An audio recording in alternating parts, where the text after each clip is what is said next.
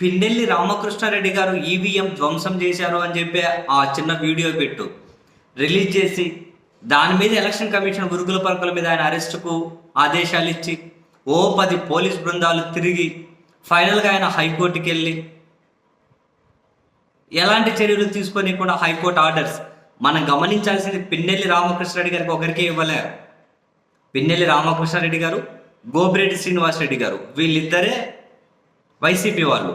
మిగిలిన జేసీ ప్రభాకర్ రెడ్డి గారు, జేసీ అస్మిత్ రెడ్డి, చింతమనేని ప్రభాకర్ గారు వీళ్ళ మీద కూడా చర్యలు తీసుకోకండి అని ఆదేశాలు ఇచ్చారు. 2 వైసీపీ వాళ్ళ మీద, 3 టీడీపీ వాళ్ళ మీద. అయినా కూడా పిన్నెల్లి అరెస్టు కోసం ఎలక్షన్ కమిషన్ సహకారంతో వాళ్ళకు కావలసిన పోలీస్ అధికారుల అండదండలతో చేతులు చాచి అర్రులు చాచి మరీ వెంపర్లాడినటువంటి తెలుగుదేశం పార్టీ మీడియా ఈ హైకోర్టు ఆర్డర్స్ను జీర్ణించుకోలేక నేరుగా హైకోర్టు మీదనే తీవ్రమైన దూషణకు దిగుతున్నారు. తీవ్రమైన దూషణకు ఆశ్చర్యం ఏంటి అంటే ఆయన అంటున్నారు, ఆలపాటి రాజేంద్ర ప్రసాద్ ఆయన కొంచెం అద్దాలు పెట్టుకొని ఉంటారు, ఆ టీడీపీ నాయకుడు తిరుమలలోనే అంటూ ఉన్నారు బయటకు వచ్చి, అసలు చరిత్రలో ఇటువంటి దారుణమైన తీర్పు చూడలేదు, దేశ చరిత్రలోనే చూడలేదు, ఉన్నత న్యాయస్థానాలు దీని మీద దృష్టి పెట్టాలి, ఎందుకు ఈ విధమైన తీర్పు ఇచ్చారో అని డైరెక్ట్ తిరుమలలోనే అంటూ ఉన్నారు.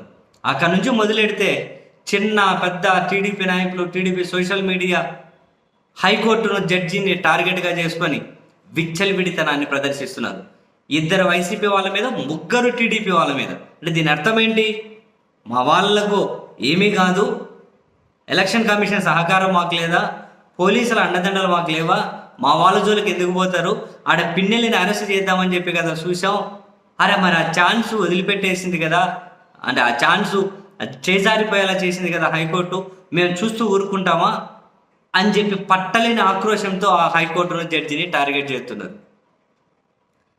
దారుణంగా టార్గెట్ చేస్తున్నారు సోషల్ మీడియా వేదికగా. నేను చదువుతున్నాను కదా, తిరుమలలో ఆయన డైరెక్ట్ మాట్లాడుతున్నారు, అరే కౌంటింగ్ ఉంది 4వ తేదీ, అటువంటి ఈవీఎం మిషన్లు చాలా ధ్వంసం చేశారని చెప్పి ఈసీనే చెప్పింది. మిగిలిన వీడియోలు రిలీజ్ కాలే. ఈ వీడియో ఎవరు రిలీజ్ చేశారో తెలియదు, ఒరిజినల్ తెలియదు, ఫేకా తెలియదు, దాని అథెంటికేషన్ ఏంటో తెలియదు. హైకోర్టు సరే మరి 7 సంవత్సరాల కన్నా తక్కువ జైలు శిక్ష పడేది కదా, 40 నోటీస్ కానీ ఎలిజిబులే కదా. అంతకుముందు ఇదే పని చేశారు పోలీసులు టీడీపీ నాయకుడికి. వీళ్ళ టార్గెట్ అంతా ఫస్ట్ నుంచి పిన్నెల్లి రామకృష్ణారెడ్డి కాబట్టి ఆయనను అరెస్ట్ కానికుండా హైకోర్టు అడ్డుకుంది అని చెప్పి అక్కసంతా ప్రదర్శించి రకరకాల బూతుల ప్రయోగాల జడ్జీల మీద ప్రయోగిస్తున్నారు. ఎంత దుర్మార్గం చూడండి.